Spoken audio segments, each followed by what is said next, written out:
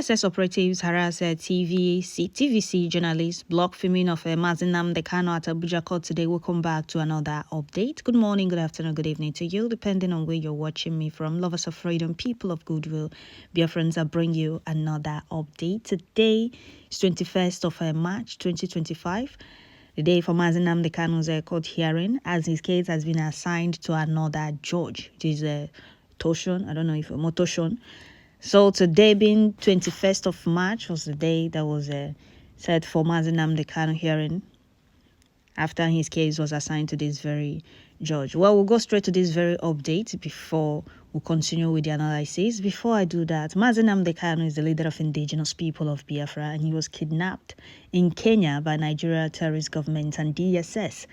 While traveling with a British passport, his only crime is asking for his people's freedom. Nothing more, nothing less. He's not telling Fulani Caliphate and Britain to hand over Nigeria to him. Rather, he told them to conduct a peaceful referendum. Let his people choose if they want to continue to be in Nigeria or go with Biafra. That is the only crime Mazi Nnamdi Kanu committed, that made Nigeria government went to Kenya, kidnapped him, tortured him for 8 days before he was illegally renditioned back to Nigeria. Before you start hearing or before you buy into the lies they have been telling all these years, that's the only crime Mazi Nnamdi Kanu committed. His only crime is asking for his people's freedom. A call for self-determination is not a call for war, and freedom is every human's fundamental right. Well, I would like to welcome all the new and old subscribers. Thank you for subscribing. If you're coming across my channel for the first time, please kindly click the red subscribe button, turn on the notification bell right beside it to enable you get notification once I upload a new video. Don't forget to share, turn on once you get notification, and leave your comments at the comment section. So we go straight to this very update, and the news headline says DSS operatives harass TVC journalist, block filming of Mazi Nnamdi Kanu at Abuja court. March 21st, 2025, a video obtained by SAR reporters show a DSS officer forcefully seizing the TVC news camera from the journalist, preventing him from filming the proceedings. Operatives of Department of State Service, DSS, on Friday prevented a TVC news cameraman from capturing footage of Nnamdi Kanu, the detained leader of indigenous people of Biafra, IPOB, during his resumed trial before a new judge at the Federal High Court in Abuja. A video obtained by a SAR reporter showed a DSS officer forcefully seizing the TVC news camera from the journalist, preventing him from filming the proceedings. Other operatives were also seen showing the camera and pushing him out of the courtroom premises. In the background of the video, a woman can be heard challenging the security operative, saying, "You don't try it with me." Okay. Kanu, who had been in DSS custody since his arrest in June 2021, is facing charges related to alleged terrorism and a treasonable felony. Kanu's trial has been closely monitored by local and international observers, with press access often restricted. This latest incident showed ongoing concern about press freedom and the transparency in high-profile cases in Nigeria. The restrictions of media coverage at Nnamdi Kanu's trial has raised concern about transparency and the press freedom. Journalists covering his court appearance have frequently reported harassment by security forces. Meanwhile, despite these challenges, Kanu's legal team continued to push for his release, arguing that his detention violates international human rights standards. His court appearance today, Friday, is expected to draw further scrutiny, especially given the renewed attention on press restriction and high-profile trials. Okay, that is it, dear friends. This very update is coming from SAR reporters. You heard all that was said there, and this is not the first time. Since day one, it has been like that. Nigeria government and the DSLs always harass news medias that always come to cover these court hearings. Mazi Nnamdi Kanu is innocent. Why are they trying to hide the hearing from the public? If he committed the crimes they are charging him for, why are they scared of the public hearing and watching the trial proceedings? Why are they scared? Mazi Nnamdi Kanu is an innocent man and he has no case to answer. Mazi Nnamdi Kanu have no case to answer. He committed no crime. Rather, Nigeria broke international law going to Kenya to kidnap him. Even Tinubu there working with his master Britain and the Fulani Caliphate. He committed a crime that he's not supposed to be in that office. Boko Haram bandits, terrorists are being pampered. They are being given VIP treatment by Nigeria government. But a man that asked for nothing but the freedom of his people and said, conduct a peaceful referendum. Let my people choose. I'm not forcing my people to go with Biafra. Let them decide if they want to go with Biafra or remain in Nigeria or stay in Nigeria. Nigeria government turned his call for peaceful referendum to war. In their desperate quest to stop Biafra, they went as far as Kenya to kidnap a British citizen. Because Mazi Nnamdi Kanu is not a Nigerian and he was not traveling with Nigerian passport. He was traveling with his British passport. Nigeria government did not just kidnap Mazi Nnamdi Kanu, rather they tortured him for complete 8 days. Chained him and blindfolded him, illegally renditioned him back to Nigeria. And since then he has been in DSS dungeon. He has won them countless times in their own court. Supreme Court confirmed that Mazi Nnamdi Kanu was kidnapped by Nigeria government. And the Court of Appeal discharged and acquitted him of all charges.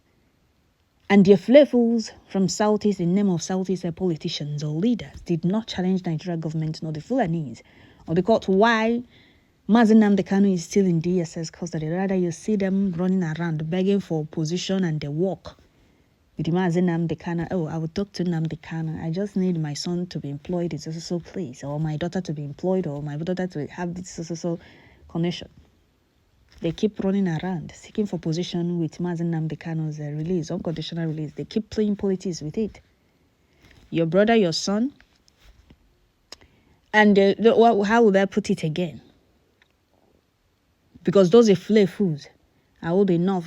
Some of them are old, has children to Mazi Nnamdi Kanu's age. And those that have children that senior Mazi Nnamdi Kanu. So their son and their brother was kidnapped. What is his crime? What crime did he commit? What crime did Mazi Nnamdi Kanu commit that made Nigeria government went as far as Kenya to kidnap him? They did not just kidnap him, bring him back to Nigeria. They tortured him there, which their evil plan before was to kill him there. And nobody will know his whereabouts because the criminals and the saboteurs that was working with him never raised alarm. They never told Biafrans or in the whole world that Mazi Nnamdi Kanu is nowhere to be found for complete 48 hours, talking more of a week and a day.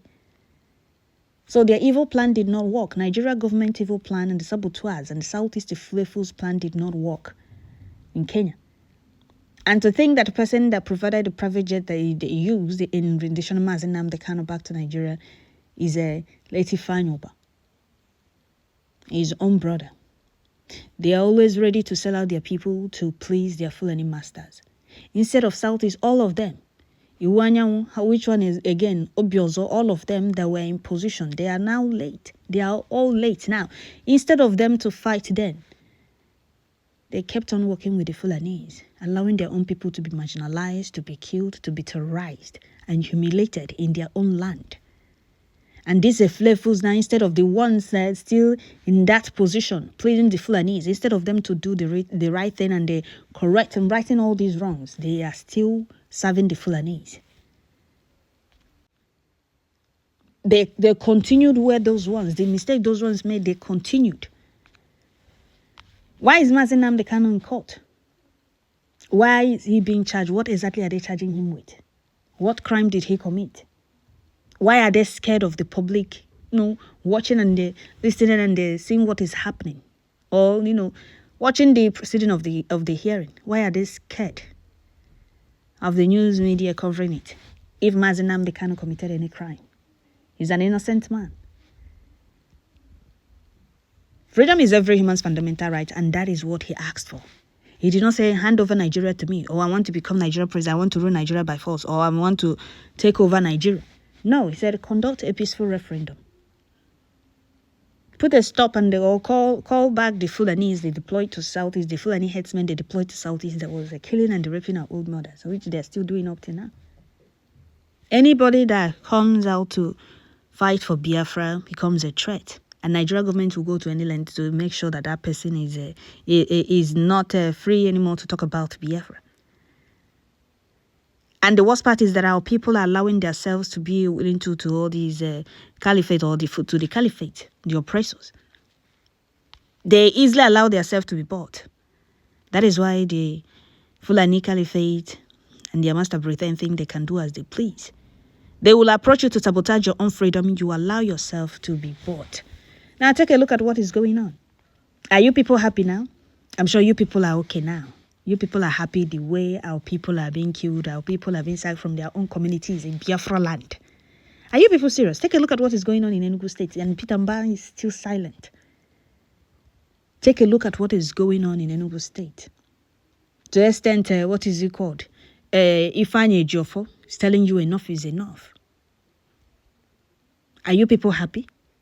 All of them, they are complicit in the kidnap of Mazi Nnamdi Kanu. All of them.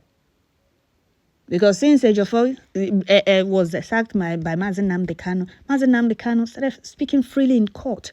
Mazi Nnamdi Kanu started expressing himself in court, defending himself in court. It was not like that before. So what was really going on?